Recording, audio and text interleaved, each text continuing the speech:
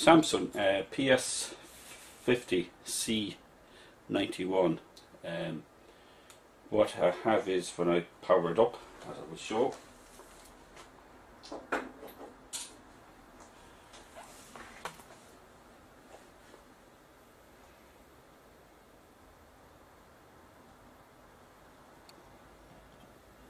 screen comes up and then goes down.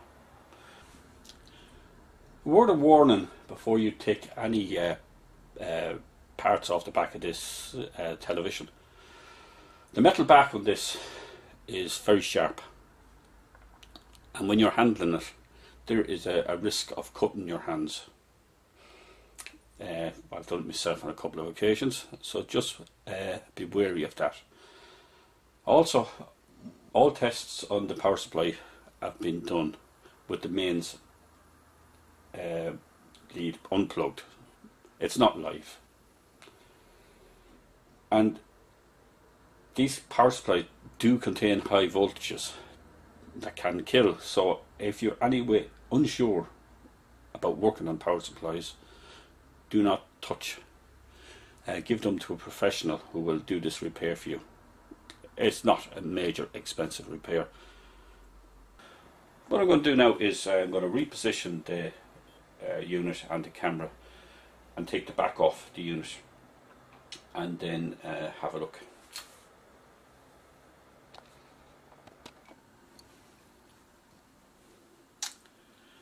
I have the back off now, and having a look, just a quick visual inspection, and from what I can see is we have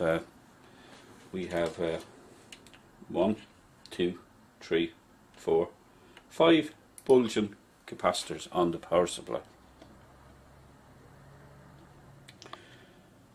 As you can see here, there's 1, 2, 3, 4. We also got this larger one here that's bulging as well. So what I'm going to do is I am going to take out this power supply and replace those capacitors and try it again. The power supply type is BN44-00160A, and this would be relevant for this power supply in different models of plasma television. You could find this power supply in other brands as well, and other models of Samsung. And if we look over here, we have this number on there. See if there are any other relevant model numbers on the PCB. I can just see another model number down here. Well, I should say not another model number, but the same model number as you've seen over here, and it's also printed on the PCB down here. It gives you the version type, or 1.0, the Samsung part number BN44-00160A, tells you your input voltage, 100 volts to 200 volts, 240 volts AC, 50 or 60 hertz. It's rated at 560 watt, the power supply is.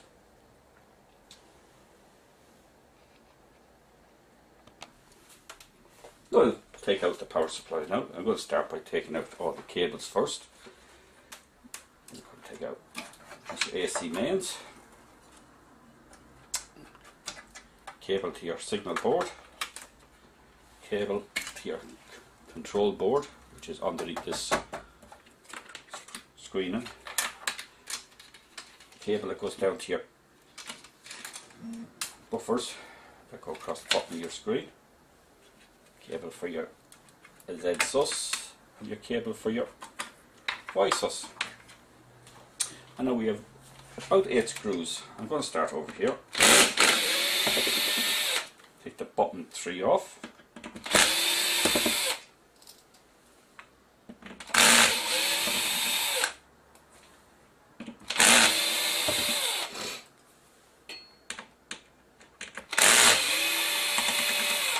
Now there's 3 going across the top as well.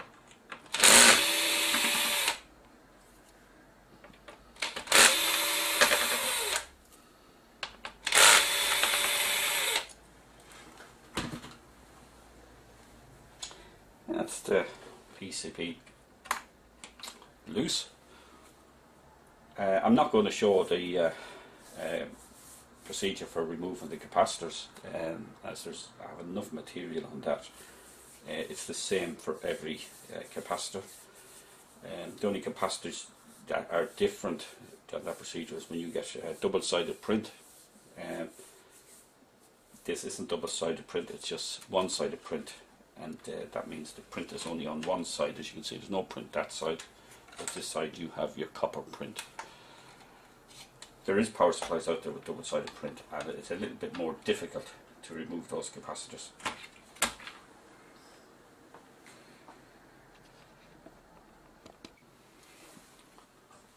I've replaced all the capacitors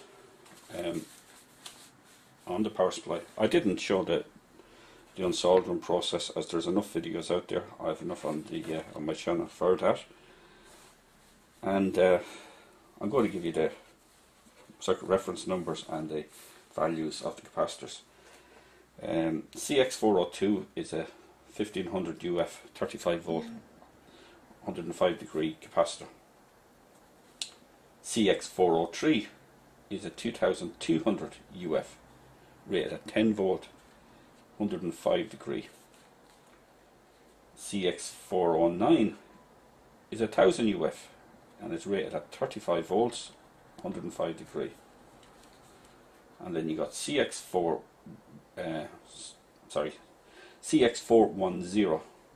it's rated at 1000 UF 25 volt 105 degree capacitor.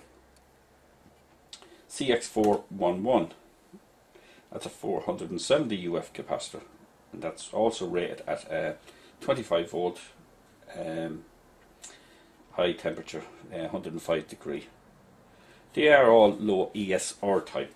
It's important that you put them in. If you put in normal capacitors in there, they will bulge after about 3 months, and you'll be back, put them in again.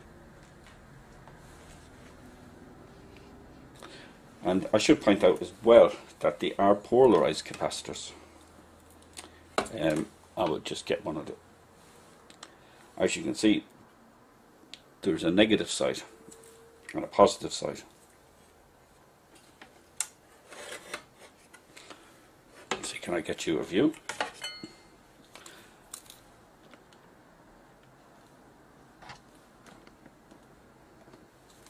And you can see in this capacitor here that's been replaced, there is a white marking on the PCB.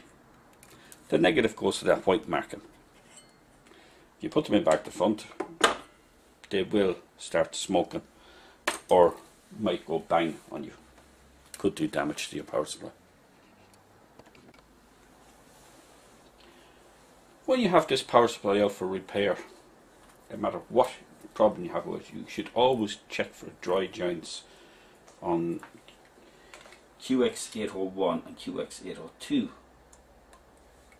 Here, they go dry jointed.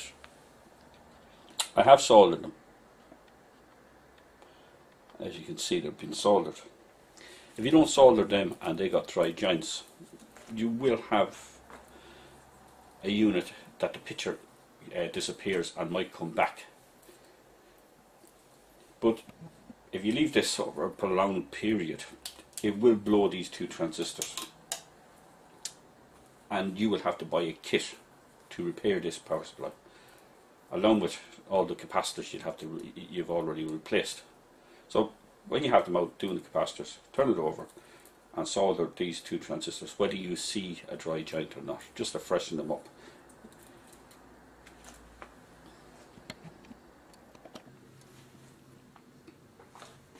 I'm just going to start putting the power supply back in. It's back in its spot on the back of the screen. There's 8 screws to go back in, and they're those type of screws. I'm going to start with these ones. bottom right hand corner, just out of shot.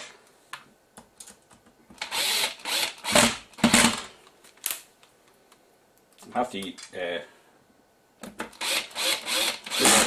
screwdriver set to its lowest torque so it doesn't do any damage.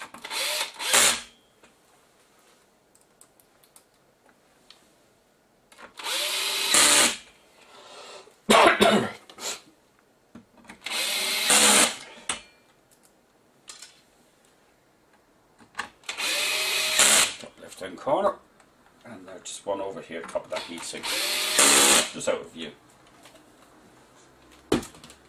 Now I've just got to put in all my cables. Got a cable here that goes to your main signal PCB, one that goes down to your control PCB that's underneath this screen and can. Your AC mains in, goes to the connector right beside the fuse, and then we got a cable that goes over here to your Z sus board, and then a cable that comes up here top right hand side that goes over to your Y sus. We've also got another cable down here that goes down here to your buffer PCBs that go across the bottom of your screen.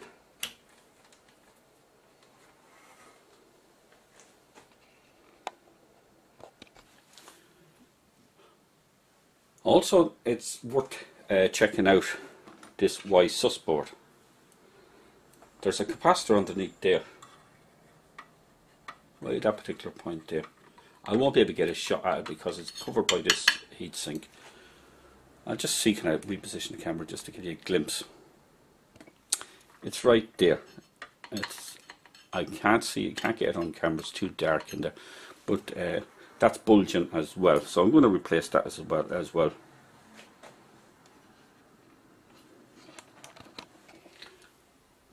I'm going to start by taking out our cables first. There's your main power supply cable is up here, and we have a little clipped in cable here. You have to be careful that we don't break this. It clips up and the cable comes out. And we have about 5 screws holding this board in.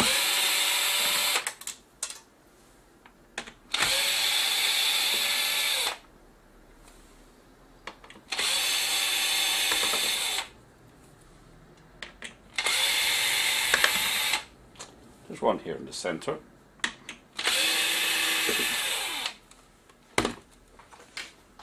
Now, I'm just going to see will that come out. Lifting up.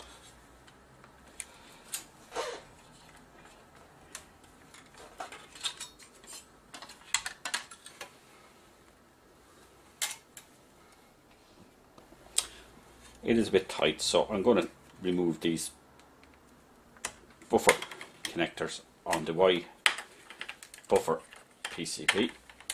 They just clip up. Make sure you don't damage them. You tear them cables, that's the end of your screen.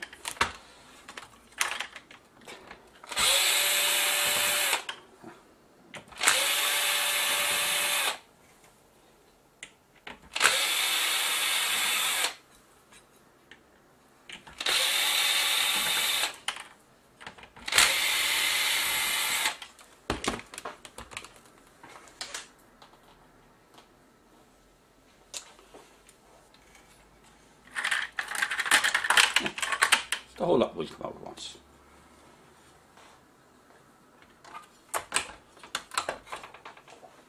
And you can see now there my capacitor that I'm talking about. It's right beside those line of capacitors. It's right underneath. I'm going to remove that.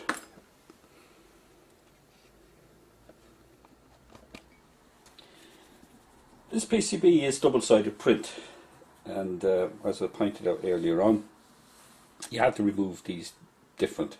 You have to be more careful with them because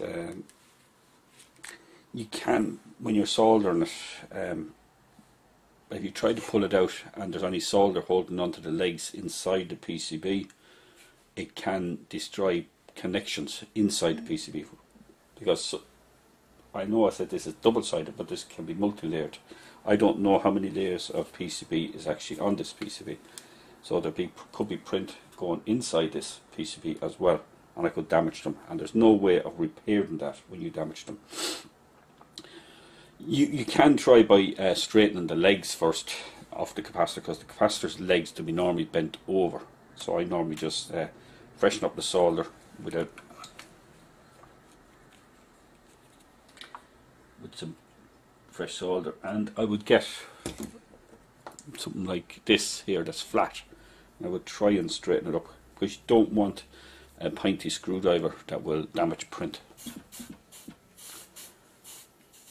And then when you got that in, you can heat this solder up, so both the solder is well and truly heated up and it's at melting point on both legs, and then you can pull the capacitor through. It'll come through fairly easy. Now if it's difficult to remove, don't do it, because that means you haven't got all the solder melted through the board. It does take a while for the solder at the other end of the board to melt as well.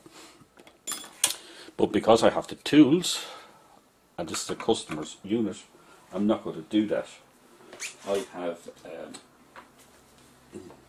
this tool here, which there is a vacuum tool in it, and it heats it up at the end. And as you can see, there's a hole up the centre, and that will suck the solder up through there.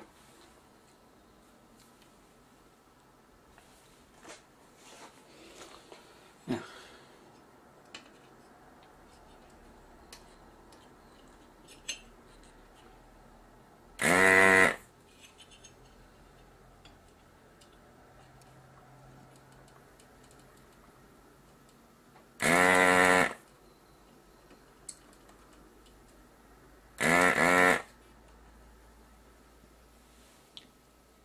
And as you can see, it's melted all the way through.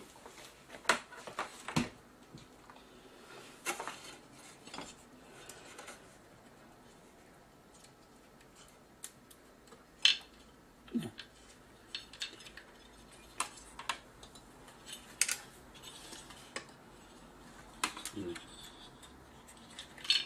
Yeah.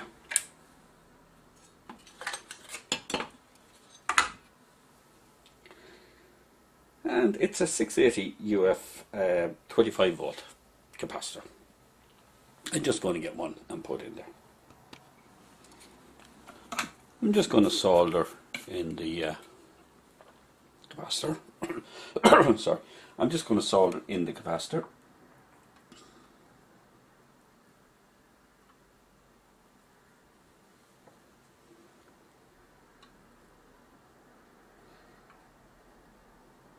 Just give it a little bit extra heat for the solder to soak in through the hole down to the far end of the PCB.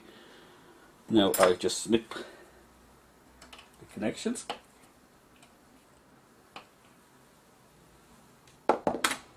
And I have to clean the board now. A bit of IPA.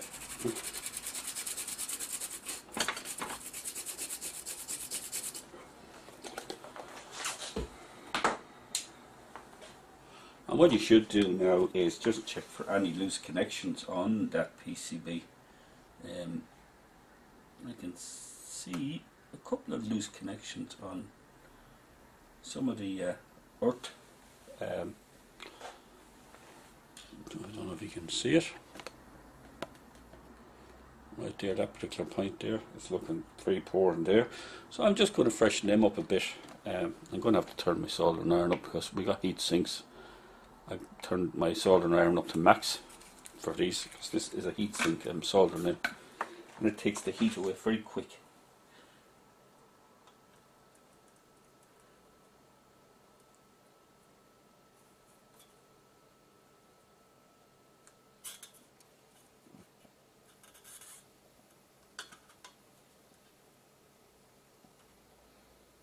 Okay.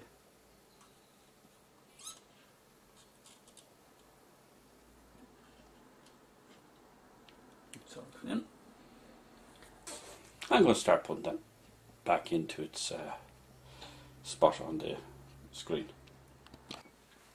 Have it back in its spot, and I'm going to just start by putting the screws back in.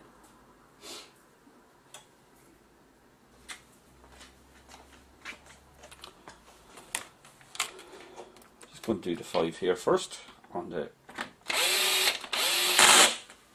Y-sus PCB first.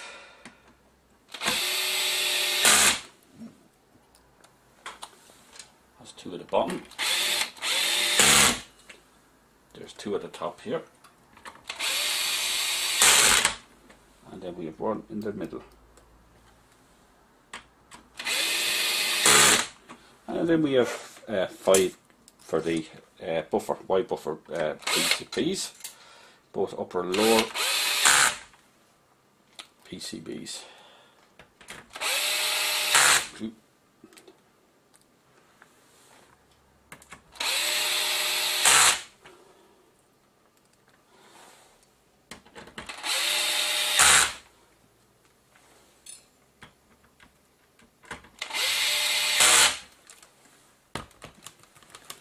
Now I'm going to put these connections to the screen. As I said, be careful, don't force them, and don't damage the contacts on them, and don't tear this cable. If you do, it's the end of your screen.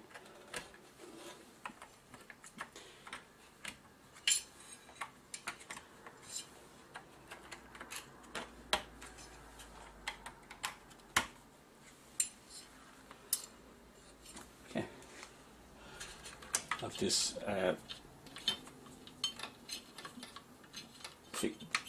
feed from the power supply that goes up here, right in here, and now we have this connector here. I'm just going to get a closer shot of that for you.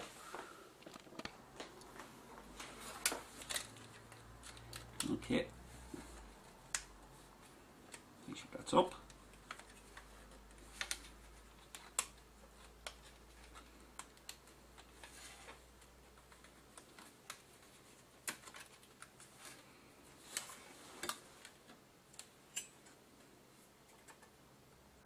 Then just put down the connector, and that's it. We're just going to now power up the unit and see what happens.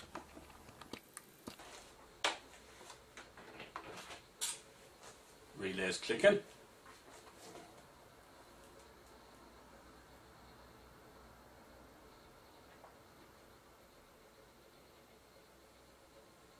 We have picture.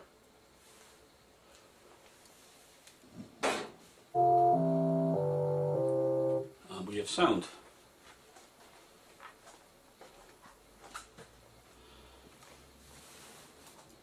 I hope that's of some use to you out there. Thanks for watching.